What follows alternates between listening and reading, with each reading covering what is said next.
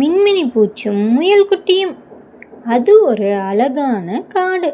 அந்த காட்டில் உயர்ந்த மரங்கள், வண்ண மலர்கள் நிரம்பி அந்த காடு பார்க்கவே ஒரு அற்புதமான காட்சியாக இருந்தது. அந்த காட்டில் ஒரு மின்மினி பூச்சி ஒன்று இருந்தது. அது இலைகள் மீது அமர்ந்து காட்டோட அழகை ரசிச்சிட்டு இருந்தது. ஒரு நாள் மாலை நேரத்தில் மற்ற விலங்குகள் எல்லாம் அதனுடைய வீட்டுக்கு வந்தது. மான் தன்னோட இருப்பிடத்துக்கு வந்தது. பறவைகள் தங்களோட கூட்டுக்கு வந்தது. ஆனால் ஒரு முயல்குட்டி மட்டும் வழி தெரியாமல் மாட்டிக்கிச்சு. அன்று பலத்த மழை. மேகங்கள் சூழ்ந்து காடு முழுவதும் இருட்டு. மழை கொட்டி தீர்த்தது. அந்த முயல்குட்டிக்கு எப்படி வீட்டுக்கு போகிறதுனே வழி தெரியல. அது தனியாக மழையில் நனைஞ்சிட்டு இருந்தது. ரொம்பவும் சோகமாயிடுச்சு. அம்மா அம்மா நான் இங்கே இருக்க, வந்து என்னை கூட்டிகிட்டு போங்கன்னு சொல்லி பயந்து அழுதுட்டு இருந்தது.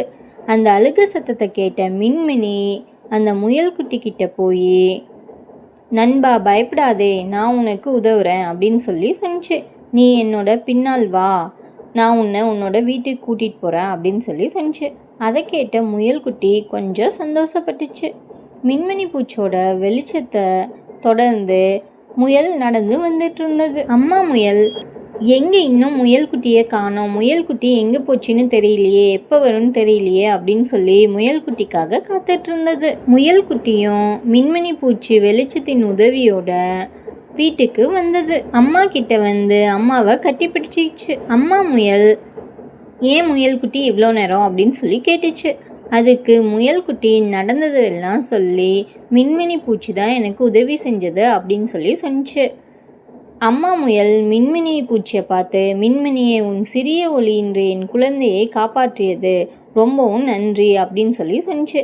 அப்போதான் மின்மினி பூச்சி ஒரு உண்மையை புரிஞ்சுக்கிச்சு. நாம் சிறியவராக இருக்கோன்னு நினச்சிட்டு இருந்தோம், ஆனால் நம்முடைய ஒளி மற்றவர்களுக்கு உதவி செஞ்சிருக்கு அப்படிங்கிறத அது புரிஞ்சுக்கிச்சு. அன்றிலிருந்து மின்மினி பூச்சி காட்டில் வழி தவறியவங்களுக்கு உதவிச்சு. இக்கதை உணர்த்தும் நீதி என்னன்னா, சிறிய திறமையாக இருந்தாலும் அதை நல்ல செயல்களுக்கு பயன்படுத்தினால் பெரிய மாற்றத்தை உருவாக்க முடியும்.